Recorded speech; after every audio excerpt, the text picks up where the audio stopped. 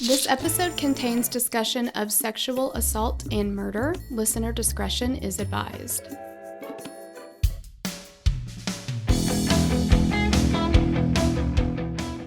Just after midnight on August 11, 2003, Alaskan native Sonya Ivanoff parted ways with her best friend and began the short walk home to her apartment from her friend's house. This would be the last time that 19-year-old Sonya was seen alive by her best friend. A few days later, Sonya's nude body was found just a few miles outside of her hometown in Nome, Alaska. She'd been shot once in the back of the head. Unfortunately, investigators were unable to find any DNA or obvious evidence at the scene or on Sonya's body. They couldn't understand how a perpetrator could leave zero DNA evidence behind. As they progressed in the investigation, two witnesses came forward and dropped a bombshell on them about Sonya's last moments that night. What came next made the entire community of Nome and even Alaska question if they were really safe. All right, this one is a crazy daisy. Crazy Daisy? I don't know why I felt the need to rhyme that, honestly. I can just say it's crazy. Necessary. Yeah, not necessary. Also, I just want to say that, I think I'm coming down with a little bit of a cold, and I am physically cold, so, I usually don't wear, my warm things, but You look like you're wearing a blanket, and that's real sweet. I essentially am wearing a blanket, and it is a very comfortable. I'm sorry, comfortable. Is that what kids say these days? You know what? They say the darndest things. I don't know. Kids really do say the darndest things. All right, so before we jump in, want to give a hey girl thanks to Madison, who wrote our script today. And also, thank you for recommending it.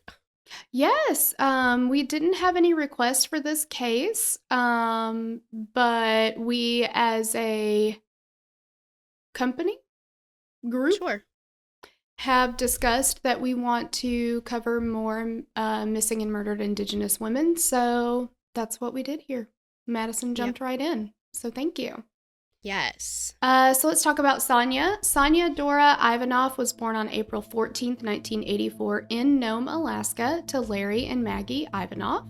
She was one of 6 children in her family, and literally all of her brothers, they all look so similar. They're precious. Mm-hmm. They just look exactly like each other. They're cute. You guys, Nome is a small town. And we don't mean It's smaller than even the smallest Jack Russell that your mom owns. There are under 4,000 people in the whole town. That's teeny tiny.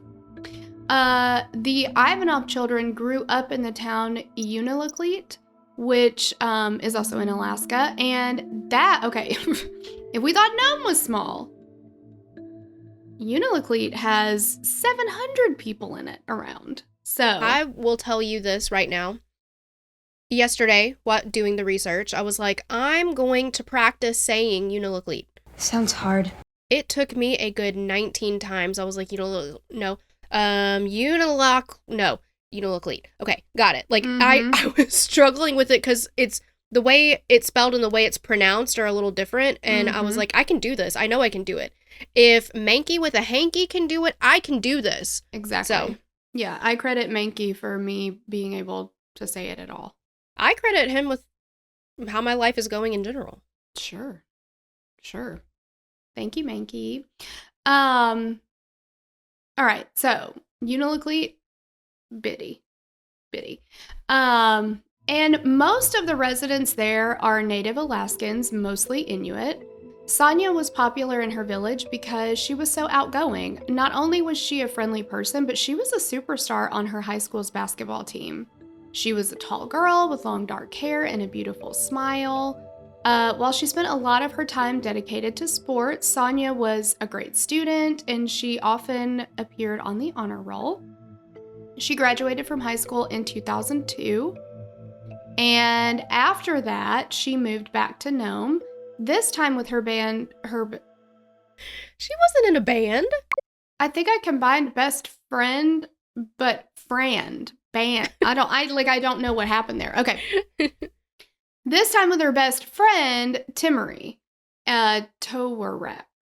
Listen, again, I think we have said it before. We're just going to say it again. There are some episodes where we are not going to pronounce the names maybe correctly. We have done the research, but we are just two dummies from Tennessee. We just bear with us. We are giving it the old college try. Can't win them all, maybe. I don't know.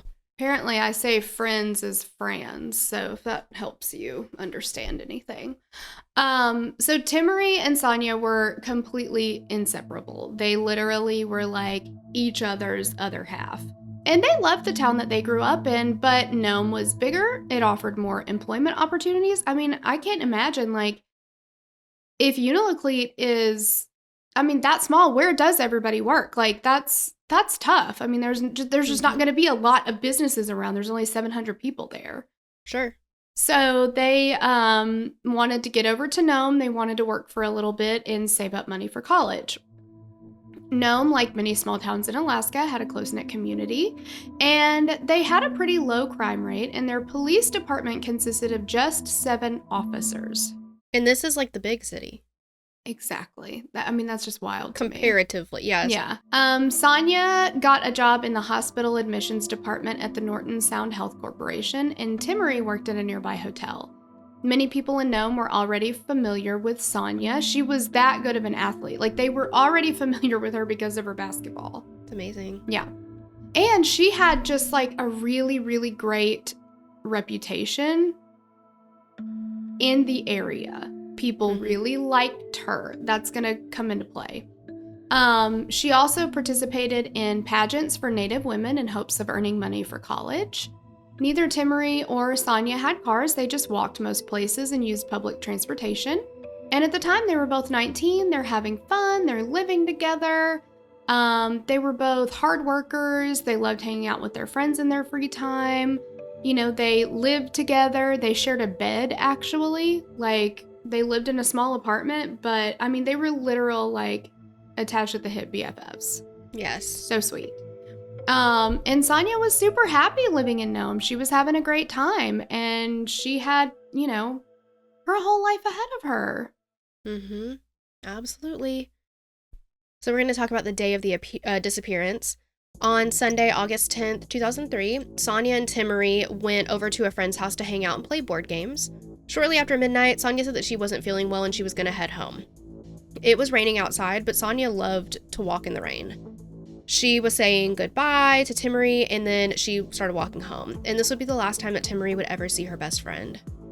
The following morning, Timmery woke up around 5 a.m. She ended up crashing at the friend's house on the couch, and she had to work the next day, so she woke up early. So she took a cab to go home, but she found the house empty. Sonya wasn't there, but Timmery wasn't too concerned. Sonya didn't have to work that day, so, you know, maybe she was at a friend's house. Timmery went to work, but didn't hear from Sonya the entire day. And remember, this is 2003. Timmery said in her own words, she was like, cell phones weren't really a thing back then. So they weren't in constant contact like we would be now. But she still hadn't heard from her, so she was worried. Yeah, and even if you had a cell phone in 2003, you were not texting. That was very expensive to do. So unless you had because at that time, you could get a plan where you could send a certain amount of text messages. If you were sending a picture, forget about it. That's expensive. Mm-hmm. No It's pictures. expensive. You best not send a picture. Well, and to think about the text messaging that we do now, right? It's just like boom, boom, boom, boom, back and forth all day long. And then if you put a price, like 25 cents on each one of those texts, that adds up. Holy moly. Yeah, I got in some ding-dang trouble for texting a boy I had a crush on in high school. I didn't know it cost any money. Like, I had just gotten a cell phone. It was a Nokia brick phone. I was so proud of it. I had Clocks by Coldplay as my ringtone. So I was pretty proud of that too. And then I just started like texting this boy, and then our parents get the cell phone bill and they're like, "What happened?" And I was like, And when you're text flirting, hey, just kidding. When you're text flirting, those messages are flying. And And then you get grounded. Yep. But yes, so she, throughout the day, she thought that she would get a call or, talk to her or something. Yeah, that like Sonya might have gotten home and maybe called her at work and been like, hey, what do you want to do tonight? Or like whatever. She said it wasn't super unusual that she didn't hear from her, but it also wasn't super usual. Like, yeah. it would have been normal for her to hear from her. Sonya didn't call her at work every single day that she worked, but especially with her not having gone home that night, she expected to hear an update from her that day. Absolutely. So Timmery called some of their mutual friends, but none of them knew where Sonya was or had heard from her that day. And it was really unlike Sonya to take off without letting anyone know where she was. On Tuesday, Sonya didn't show up to her shift at the hospital, and Timmery noticed that Sonya's makeup bag and hair supplies looked untouched, and that was unlike her to go anywhere without doing her hair and makeup. And let me tell you, the pictures that I have seen of Sonya, she was, drop dead gorgeous, but always looking put together, her makeup, her hair, like everything. So it was unlike her to have just left it and it not have been touched for 2 days. Exactly. Like, yeah, if she's just gonna like go to work or whatever, okay, her makeup's gonna stay at home. But if she's staying out somewhere, she's bringing that with her. She's planning that because she wanted to look what she felt was her best. Absolutely. That morning, on the 12th, Timmery called the Nome Police Department to see if maybe Sonya had been picked up and arrested or something. Her friend had no history of getting in trouble with the law, but it was like her last resort. She was actively looking for her and trying to be like, okay, well, let's go through all the options. Maybe this happened. And no luck, though. With nowhere else to search and no sign of Sonya, Timmery called the police department back at 5:16 p.m., and this time she was reporting her friend missing. She described what she could remember about Sonya's outfit from the last time she saw her, which was very early Monday morning. She was wearing blue jeans and Skechers shoes. At the time, she believed Sonya would have had her ID, her apartment keys, and a metal band that attached a wallet to her arm. The search for Sonya began at 8:30 p.m. that night, which was the 12th.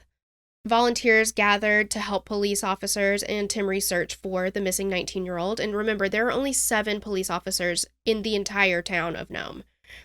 They can only cover so much territory while still protecting and serving the rest of the town. So the more volunteers they could get, the better. Unfortunately, the search ended really quickly. So 2 volunteers, John Larson and his wife, saw something in the brush off an old mining road. Just off the abandoned Dredge Road 5, they found Sonya Ivanoff, and she was deceased. The road was just a few minutes outside of Nome, but not somewhere that Sonya would have ended up on her own. Also, at this point, she was completely nude except for a sock on her left foot. She had bruises to her face, neck, and chest, and investigators immediately noticed the crime scene was odd. It wasn't messy, they said, like they would have expected.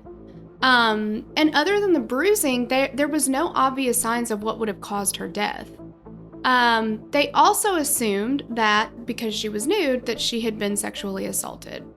So police walked through the crime scene and around the area. They picked up anything that they were worried might blow away or get destroyed. They also noted that there were tire tracks leading up to the abandoned road with blood in them.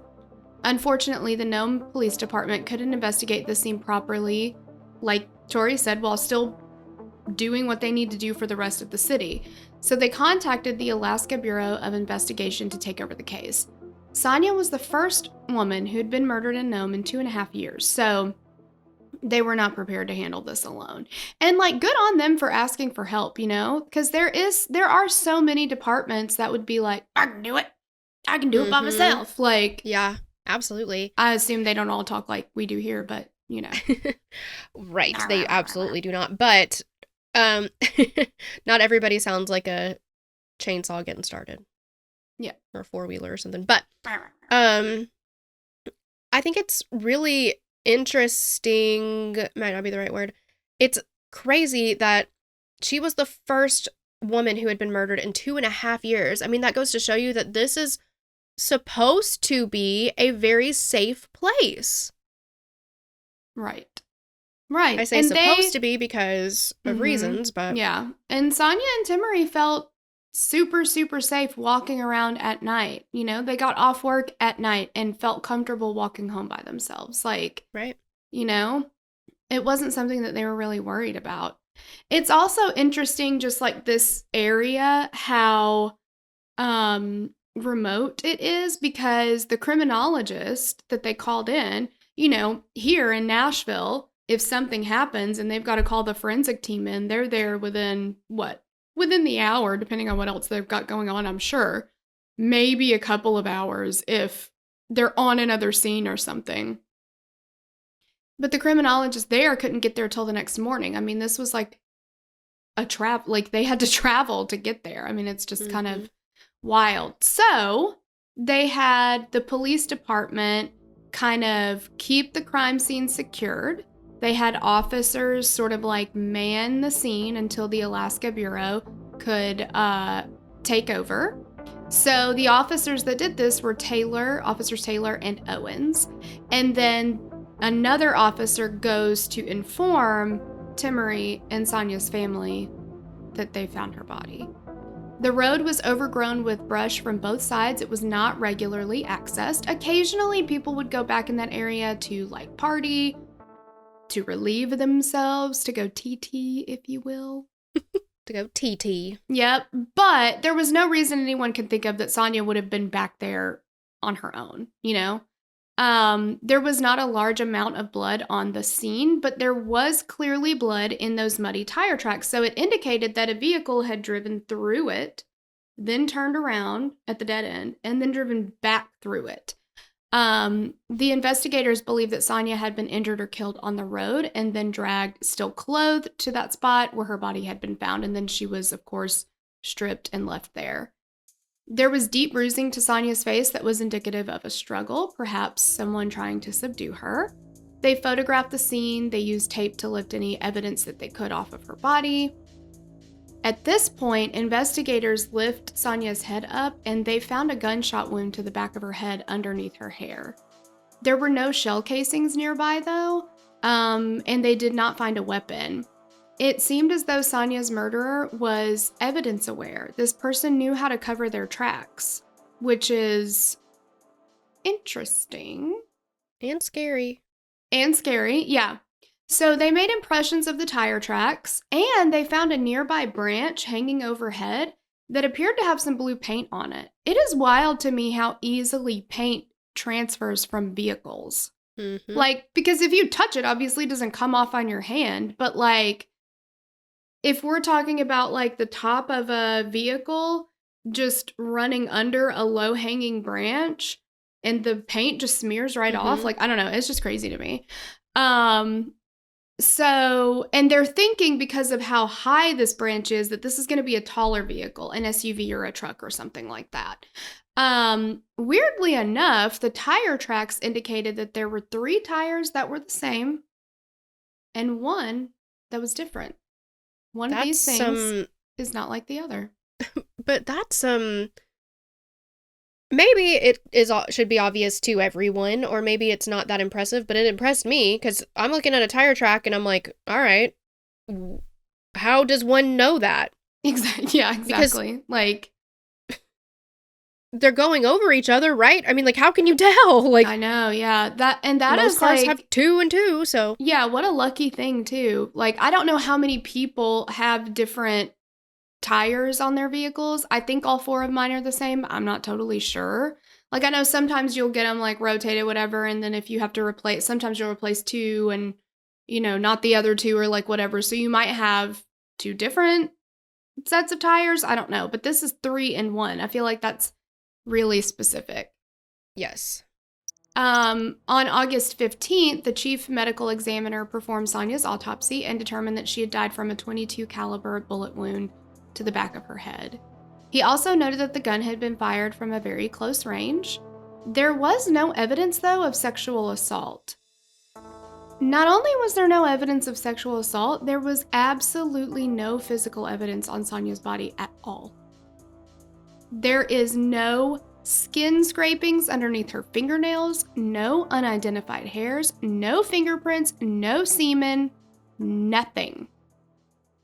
That's incredible.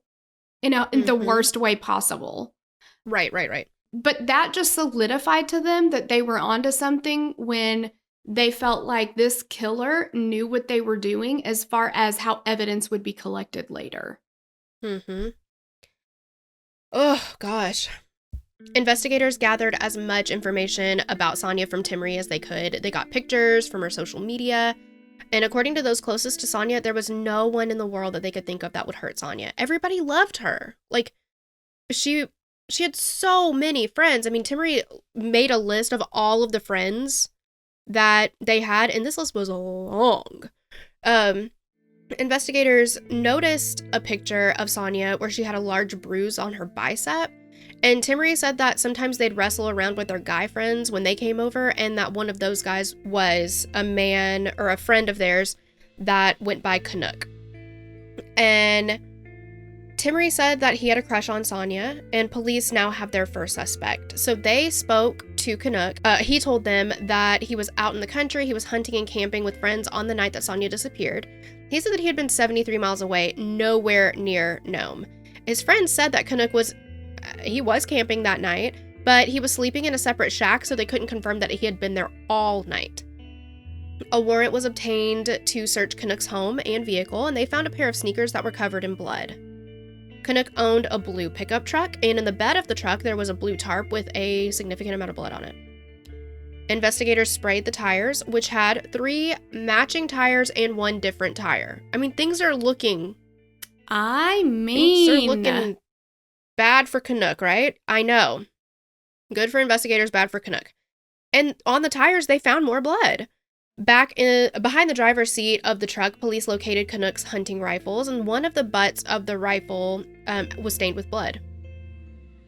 It seemed like everything is falling into place, right? Canuck had the crush on Sonya, which wasn't reciprocated, so we had motive. He didn't have a solid alibi, and there was blood all over his shoes and his truck. His tire tracks matched the one found at the scene. His truck color matched the paint found on the branch. What are the odds? What are the odds, you guys? Feels open and shut, right? But... Yeah, and what was Canuck's explanation for all the blood?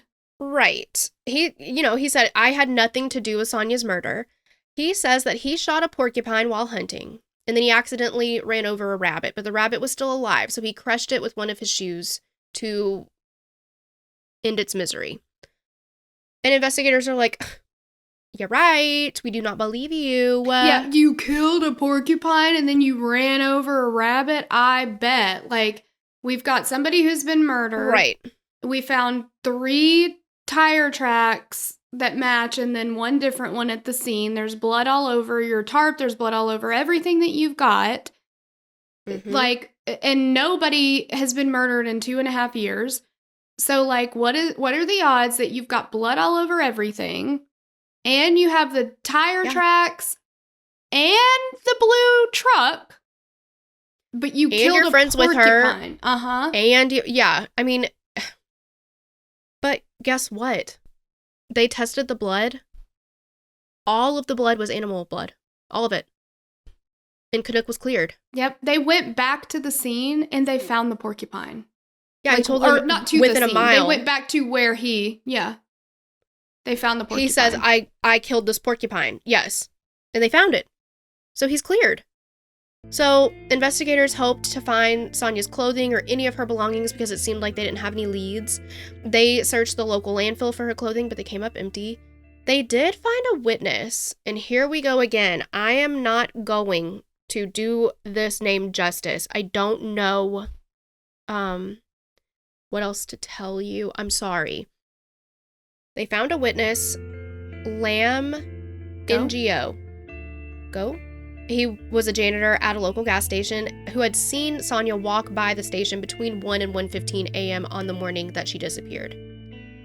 4 weeks after Sonya's murder, the police department received a phone call from 2 sisters, Florence Habros and Denise Maliwatkuk. So sorry. I'm so sorry. They were standing on the porch of their mom's house in the early morning hours of August 11th. Denise recognized a young woman walking by the house as Sonya Ivanoff. She Denise was a local high school athlete, and she knew Sonya because she'd seen her play in a city basketball game, and she recalled how talented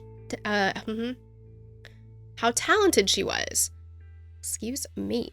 She and her sister waved to Sonya and said hello, and they watched as she walked down the street.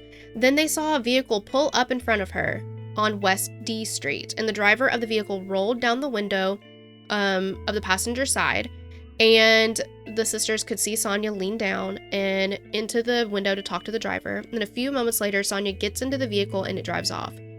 This vehicle, guess what? Was a marked Nome Police Department SUV. Boom. How stupid do you gotta be? Let's talk about it. Because, okay, say you picked her up but didn't do anything to her. But we have witnesses that saw her get into your car, and you haven't told anybody, oh, that's the girl I picked up that night. Well, and we're going to get into it, but the person who picked her up, this is not unlike him. He was going around doing this all the time. Yeah. And it was unauthorized. The two sisters said that the police cruiser had continued going straight rather than turning west where Sonya's apartment would have been. And the girls found it really strange, so they actually noted the time. They got up and went and looked at the clock because they just were like, that's weird. And it was one... Trust your gut, man. Like, that's... Thank God. And this is what I always say. That's why I know it's weird that sometimes I write down license plate numbers, but like sometimes you just gotta write shit down. Sometimes you gotta look at the clock and be like, it's 4:26 p.m. And I don't know if this is gonna come in handy later, but maybe it will. I don't know. Like, just good on them. But it was 1:26 a.m. Okay, so again, remember guys, this is smaller than your smallest mama's Jack Russell, this town. So there's not a whole lot of people that have access to a marked police cruiser.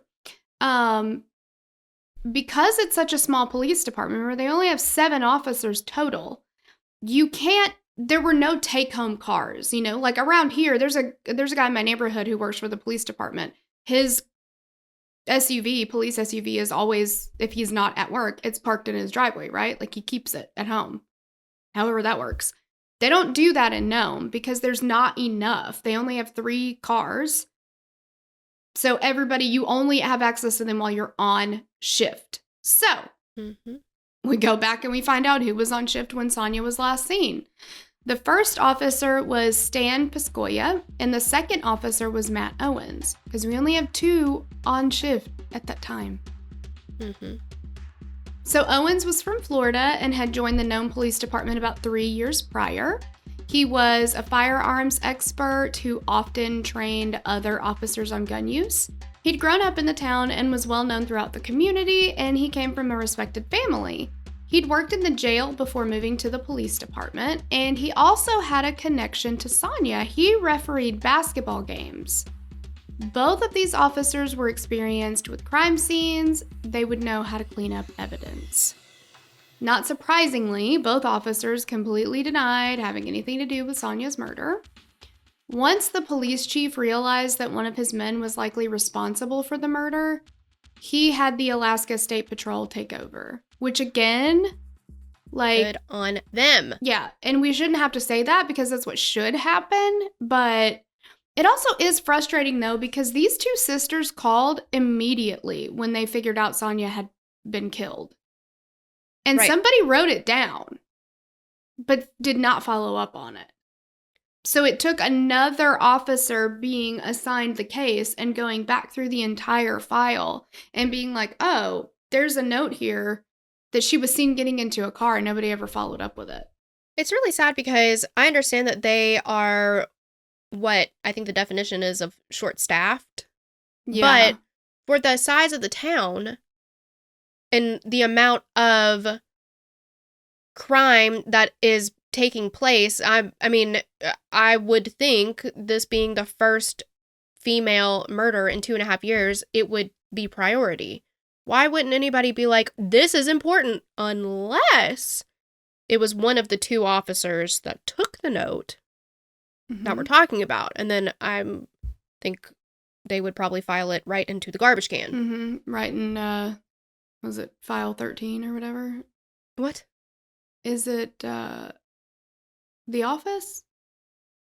Oh, Is that the name of the show? maybe. It's called The Office, Okay. yeah. Bin 13 or whatever, file it in whatever. So that just means throw it in the garbage. But anyway. Oh, I see. I yes. forget what they call it. Yeah, file it right up your beehole. Yeah, exactly. Also, sorry guys, my hair is acting a damn fool, so whatever. Okay. So, yeah, exactly. Who took that note? We don't know. Nobody knows. So it's either, like you said, one of these two took the note, or whoever took the note was like, this is incredible. You know, NPH wouldn't do that, basically. Like, none of our officers would have anything to do with it. You know, I don't know. Regardless, the Alaska State Patrol takes over at this point. On the night of Sonya's murder, 2 of the 3 police department's Ford Expeditions were on patrol. One of them, number 983, was a newer model. It looked slightly different than the others. In the early morning hours of August 11th, Officer Piscoya was driving vehicle 983 and Officer Owens was driving vehicle 321. So both of the officers claimed to have been responding to a domestic violence call around midnight and were there for about an hour. After this, Piscoya says he goes back to the station to write his report, and Owens left. And Owens said that he was on bar closing patrol at 2 a.m. Piscoya didn't see Owens again until around 3 in the morning when he gave Piscoya a ride home. So both officers are asked to take lie detector tests. They both agreed. They both pass. So the Alaska State Patrol's next plan was to bring both officers to their station in Anchorage for questioning. However, 8 hours before Owens was supposed to leave for Anchorage, one of the Nome Police Department SUVs was stolen from the police station. That's quite the coincidence. Exactly. And this is especially concerning given the access the thief would have had to firearms and police equipments. How many equipments are there? There's a lot of equipments there. The polices have a lot of equipments. 1 in 50 equipments. Exactly. So they immediately begin searching for this SUV. 90 minutes after the vehicle was found to be missing, dispatch received a frantic phone call from Officer Owens.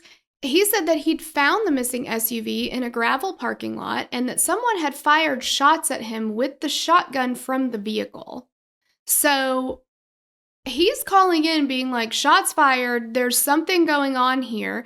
So other officers drive there immediately. And again, this is not a huge town that's going to take them 30 minutes to get across town or whatever. They get there pretty quickly. Officer Owens is there by himself. There's nobody there. He's completely unharmed. And he's like, oh my gosh, I was ambushed. I had to take cover. I couldn't see who was firing at me. But this person just ran off and I couldn't catch them. And this gravel lot just happens to be a quarter of a mile away from where Sonya's body had been discovered. So, the SUV was towed back to the station. Yet another coincidence. Another coincidence is that this is vehicle 321, the same vehicle that Owens was driving the night of Sonya's murder. It's like, I feel like it's one of those things where, like, when kids are trying to not get found out, so they try to cover their tracks, but it just makes them so much more obvious. It's like, dude, yes. I know. Yes, like when my 4-year-old will be like, Mom, I can look see over there. you. Yeah, exactly. Like he'll be like, Mom, look that way. And I'm like, what? He's like, I don't have anything behind my back. There's nothing behind my back, so you don't need to check. Exactly. Because I don't have anything back there. You just told on yourself. Exactly. So they tow the SUV back to the station. They process it for evidence. And the thief had smashed in one of the windows, but there were no fingerprints found on the glass or anywhere else. However, they did find Sonya's ID, which they were certain that she would have had with her the night she was murdered. There was also an envelope with a typed note inside, which read, quote, "Pigs, I hate cops. I hate every one of you. Sonya was just a person in the wrong place at the wrong time. I do not know her. As you can see, it was easy for me to take your pig car keys right there. It was not her fault. She thought I was a pig and just happened. She was just a person. And I wanted to see if I could that night. Every one of you should be more careful. I watch every move you make. You leave me alone and I'll leave you alone. I will also shoot you in the head if you get close. All right, Zodiac Killer, like, why? What are we doing here? I can't roll my eyes far enough in my head. Exactly. Yeah. Come off it. Yeah. The note, envelope, and Sonya's ID did not yield any DNA results. After reviewing the note, one of the FBI profilers said that they felt like the killer was familiar with Sonya. And they also believed that the killer was trying really hard to take the heat off the cops by continually referring to them as pigs, which furthered their belief. Again, they're trying to be like, look over there, it's definitely not a cop. I hate cops. I'm going to kill all the cops. And they're like, well, this is obviously a cop, trying to pretend like he's not a cop. It just made it more obvious to them. I mean, right. And thank God for this idiot, because he's literally serving it to them on a platter. Like, hey, look, it's me. Like, yeah, we figured that out. Yeah, right here. Exactly. Yeah. So investigators interviewed Officer Piscoya in Anchorage, who was fully cooperative. They were able to verify his alibi by checking his work computer to see when he was working on it. Officer Owens never showed up for his interview. He was still too traumatized from being shot at. But investigators didn't buy his bullshit. Officer Owens was arrested on October 25th and charged with the murder of Sonya Ivanoff. I am so shocked because the murder took place in August. This is October. He thinks he is so slick and so good at covering up his bullshit. Now, I'll give it to him. He had, there's no DNA evidence, right? There's no, they didn't find the weapon. He cleaned up his tracks. He cleaned them up well enough at the crime scene. And then he did just about everything wrong after that. And thank the good Lord in heaven that he did. He would have had to have planted her ID or never, you'd think he would have taken the ID out of the car at some point, but he put it back in there when it was stolen. But it's what are the odds that we're going to find her ID, which we know she had on her when she went missing and was killed, in your vehicle, but you didn't put it there? It's well, yeah, it was mine, but it's not mine. The car is mine, but that's not mine. Somebody must have put it in there. Fill out your hair that way. Exactly. No. Oh, dummy. And again, thank God in heaven. So the entire community is obviously stunned. Officer Owens had been involved with Sonya's case from the very beginning, and he was one of the officers, like Torella said, that stood at the crime scene all night to wait for the ABI to arrive and process it. That makes me sick. Well, but how many times have we talked about something like this? Not the same situation. It's different. It's not the same, but when somebody goes to the vigils and goes to volunteer to search for the search party, stuff like that, it's not uncommon. Mm-hmm. And he put himself right in the middle of it. But, it's disgusting, obviously. And Sonya's friends and family, they just couldn't understand. They were supposed to be able to trust the police. You're supposed to be able to trust the police. How could one of them killed her? How? It turned out that Sonya wasn't the first woman to fall victim to Owens. After his arrest, several women came forward with their own horror stories. 6 women accused him of threatening them with arrest before sexually assaulting them over the past 2 years. What a piece of shit.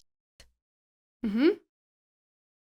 Using the threat of incarceration to further your sexual predation.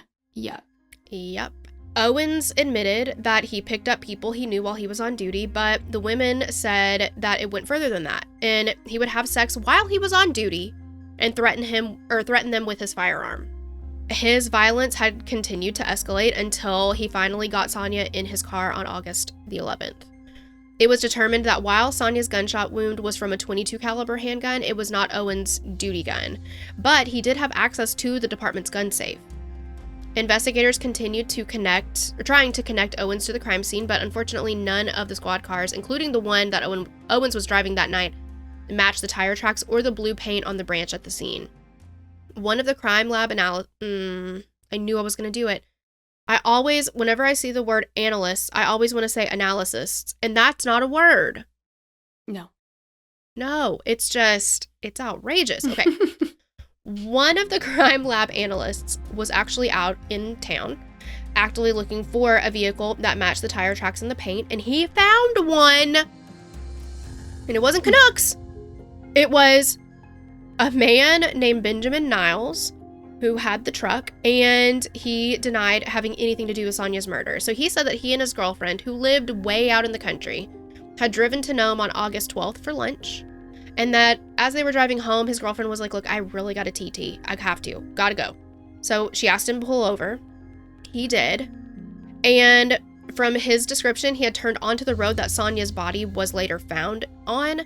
And he had a receipt to back up his story, and his girlfriend told the same thing to the police. So there was no proof that Niles had anything to do with the murder. He was just at the scene. Can you imagine? Like, some random, like, oh, let's pull over here to go to the bathroom, and then you're, like, smack dab in the middle of a crime, like, an investigation. You're like, shit. Like, that is such an unfortunate coincidence. Yeah, and, like, how many times have we seen something like that lead to an arrest, or even, like, the amount of evidence that looked like it was piling up on Canuck? Like, because they also tested his tire tracks, and they didn't match. And again, we shouldn't have to say good on the police department for seeing that they don't match and then not charging him. But how many times have we seen that they don't match and they charge him anyway? Or it's animal blood and they charge him anyway because it couldn't be anybody else. Like, absolutely. And I think that it's extra good on them that they looked into their own. Like, they believed, because how many times have we seen police officers covering up for police officers? Like, yeah. Exactly. Good on them. And again, like you said, you shouldn't have to be like, good job for doing your job, but sometimes you got to give credit where credit's due, because there's a lot of misconduct that we've seen. So definitely. Not long after Owens' arrest, a local woman came forward to police and told them that she had been dating Owens that summer. Why and how? I'm not trying to judge her. Don't get it. But she said that in the week after Sonya was found, Owens took her camping in the mountains of North Nome, and that he stayed up late burning things. Now, I don't think that he is a burn pile enthusiast, so this is kind of weird, right? And she was able to give them the location of the campsite, and when investigators arrived at the campsite, they found a large burn pile fire pit.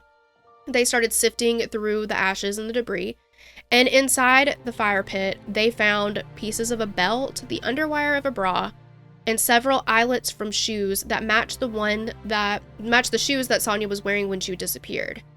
And this is exactly what they needed to fully connect Owens to the murder. So on January 18th, 2005, Owens went on trial for the murder of Sonya Ivanoff. Owens' defense petitioned for the trial to be moved to a city where there'd been less publicity and gossip, but that was denied. Almost 20 witnesses were brought to the stand to testify, including the sisters who had seen Sonya get into that police vehicle. Owens' ex-wife was even brought in with a very strange story. She said that Owens had called her and asked her if she could take their son. He told her he needed to go into work because there was a missing girl and, quote, it didn't look good. Owens reportedly gave her the name and description of Sonya, which was 45 minutes before Timory reported her missing. Like, how'd all you that know checks that? out. How'd you know right? that? All of it checks out, except for the fact that either you're an oracle or you're the one who did it. Like, how did you know that, though, Owens? Yeah. I know. How did Scott Peterson know that this was going to be his first holiday without his first Christmas, because he lost his wife before he lost his wife? Uh-huh. Yeah, exactly. How did Chris Watts use past tense for everything before he even knew where his wife and 2 daughters were? Exactly. Yep. So that doesn't look good, definitely. But the prosecution has no DNA evidence at all. But they used that as a point to back up the fact that, okay, well, then the person that did this is evidence aware, which is true. I mean, Officer Owens, what is his first name again? I forget. I just call him Owens. Can't even tell you. Yeah, I think it's Matthew. Like Matt Owens, yeah. He definitely did this, but I don't love when prosecutions do that, when they're like, well, you know, if they're like, well, the motive for this murder is the wife read an email that says blah, blah, blah, blah, but there's no evidence that the wife ever read the email, right? So they're like, well, she had to have read the email. Or if they're like, well, there was a photo of XYZ happening, but they must have deleted the photo, and that's why we're not finding it. But I'm sure the photo exists, but it had to have been deleted. You know, it's like they're using no evidence as evidence. I completely agree. I don't like when they fill in gaps or create a narrative that is obviously like, where'd you get this? You pulled it right out of your beehole. Like that, it just didn't. You don't know that. But in this situation, I think that there is more circumstantial. Yeah. But there is more evidence to corroborate that. So yeah, and I mean, you know, if they use the phrase "we believe," like we don't have any DNA evidence, and we believe that this is because this person is evidence aware, I feel, better about it. But this is like one of those situations where it's like, well, that's actually true. But and I mean, my God, they did. I am so proud of the Nome Police Department, the ABI, all of them. I'm just proud of them. Yeah. Well, and, so they don't have the DNA evidence, but they do have the testimony of the two sisters seeing Sonya get into the police cruiser. And they had called that in immediately. It didn't get investigated immediately, but they did call it in, which can be hard to do, especially, I would think, in a small town. You don't want to put yourselves on the radar of the police. Especially, and this is something that is so very, very, very, very wrong. First of all, wrong and unfortunate is that from what I gather, if you are an Indigenous person, you are less likely to be believed. You are less likely to be credible in any way, according to the police. And then also you become I want to say easy target, but you know what I mean? Like, it's wrong. But yeah. And you're also incredibly more likely to be a victim of violent crime. 100%. 100%. Horrific. Yeah. So they've got that. They've got, people saw her getting into a car. They also have the evidence that there were only two police officers who were in SUVs that night. One of them has an alibi, one of them doesn't. Yep. Then and also the officer that has an alibi says, I didn't see Owens for 2 hours that night. And the one that hasn't been seen for 2 hours that night and has no alibi, no rock solid alibi, is an accused sexual predator while on the job. So. And then you couple that with all the stuff that they found in the fire pit where he went camping. Like, come on.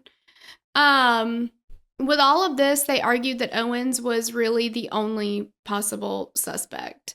And Matt Owens actually took the stand in his own defense, and he testified under oath that he did not kill Sonya. Liar, liar, pants on fire. I know. The jury deliberated for 5 days, but they were unable to reach a unanimous verdict. That is so sad. On January 28th, 2005, the judge declared a mistrial. The jury foreman later said that most of the jury was in favor of convicting Owens, but some were unsure because of the lack of concrete evidence against him. It's completely unfortunate, but I do appreciate a jury taking it very seriously because This is how wrongful convictions don't happen. Yeah. But it's unfortunate in this case because I hate Officer Matthew Owens. But anyway, so the second trial of Officer Matthew Owens began on October 17th, 2005. His defense attorney again requested a change of venue, and again, the judge was like, You get what you get and you don't throw a fit. Exactly. So, sorry about it. The state presented the same case as they did the first time, and the jury deliberated for 3 days, and they found Matthew Owens guilty of the first-degree murder of Sonya Ivanoff and evidence tampering. He was sentenced to 101 years in prison. It's unknown if he will ever be eligible for parole. Investigators believe that Owens offered Sonya a ride home. And again, this is what they believe, but I can get down with this version of events. They think that he offered Sonya a ride home, and while she was in the passenger seat, Owens likely began making Sonya uncomfortable, whether it was propositioning her or touching her. And when Sonya said no and asked to get out, Owens likely realized that Sonya was a well-respected and well-known woman in the community. If she made an allegation against him, it would very likely be taken seriously, and he could lose his job. So, he decided the only way out of this jam is to murder her. Yeah, because God forbid you lose your job for sexual misconduct, which you have been doing. You've been sexually assaulting women. So we've got your job here and somebody's life. Yep. And guess The what? job wins. You did that, and you still lost the fucking job. We could talk about it till we're blue in the face, and this is what we do. This is what we talk about.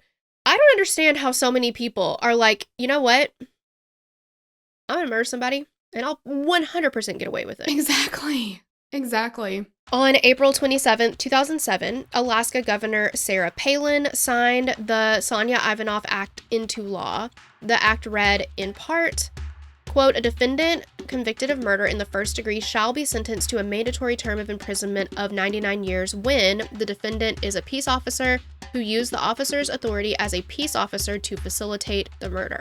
There were a number of reasons that this act was adopted into law. They reasoned that law enforcement officials have a sworn duty to protect and serve the community and respect the rights of the Constitution. Amen. They believed that law enforcement officers should be held to a higher standard. And considering the fact that Owens lured Sonya to her death using his police car, he breached his duties. And understandably, of course, the entire event has left a lasting mark on the Native community and those in the Nome area. Senseless, just senseless. Was it worth it? Was it worth it to you, Owens? 19 years old.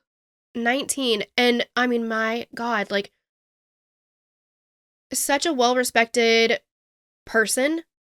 I think she had so much potential. She was going to do great things. She just seemed like such a bright light. And for what? Because he didn't get anything he wanted. No. And like, dude, do the math. Like, I'm not a math whiz, but you got 7 officers and you picked her up in your damn police car. Well, and I think what he thought would happen was, of course, right? I mean, I don't know if he went into it being like, I'm going to murder somebody tonight, but I think what he thought would happen was he was going to add her to the 6 other women that he has sexually abused. And that it would be somebody like, he must not have realized it was her before he picked her up, maybe just saw a woman walking and was like, hey, get in the car. And then when he realized who it was and everybody already knew her. Yeah, because like, you're exactly right. I don't think he planned to murder somebody that night either. I think he just planned to sexually assault somebody as he normally did. Right.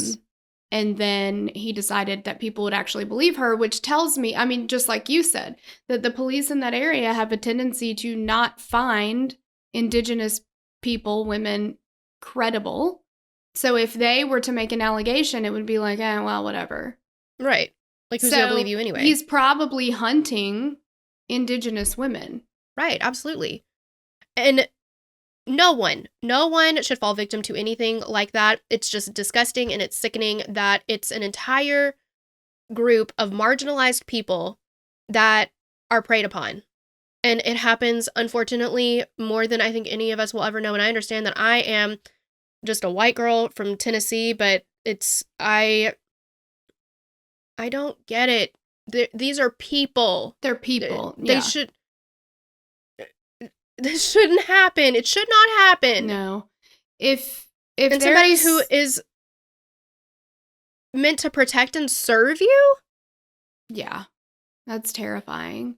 If, like, if you're a true crime fanatic and you want to find some way to, like, get involved or find a cause to get behind, missing and murdered Indigenous women is an absolute crisis here right now.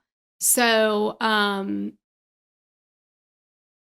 find ways to, if you see like a post, there'll be posts that go around on Facebook or whatever, or Instagram or anything. If you see anybody's missing post, or share it, but Absolutely. don't pass them up. And the reality is that people do pass stuff up like this, and it's, again, like you said, they're people.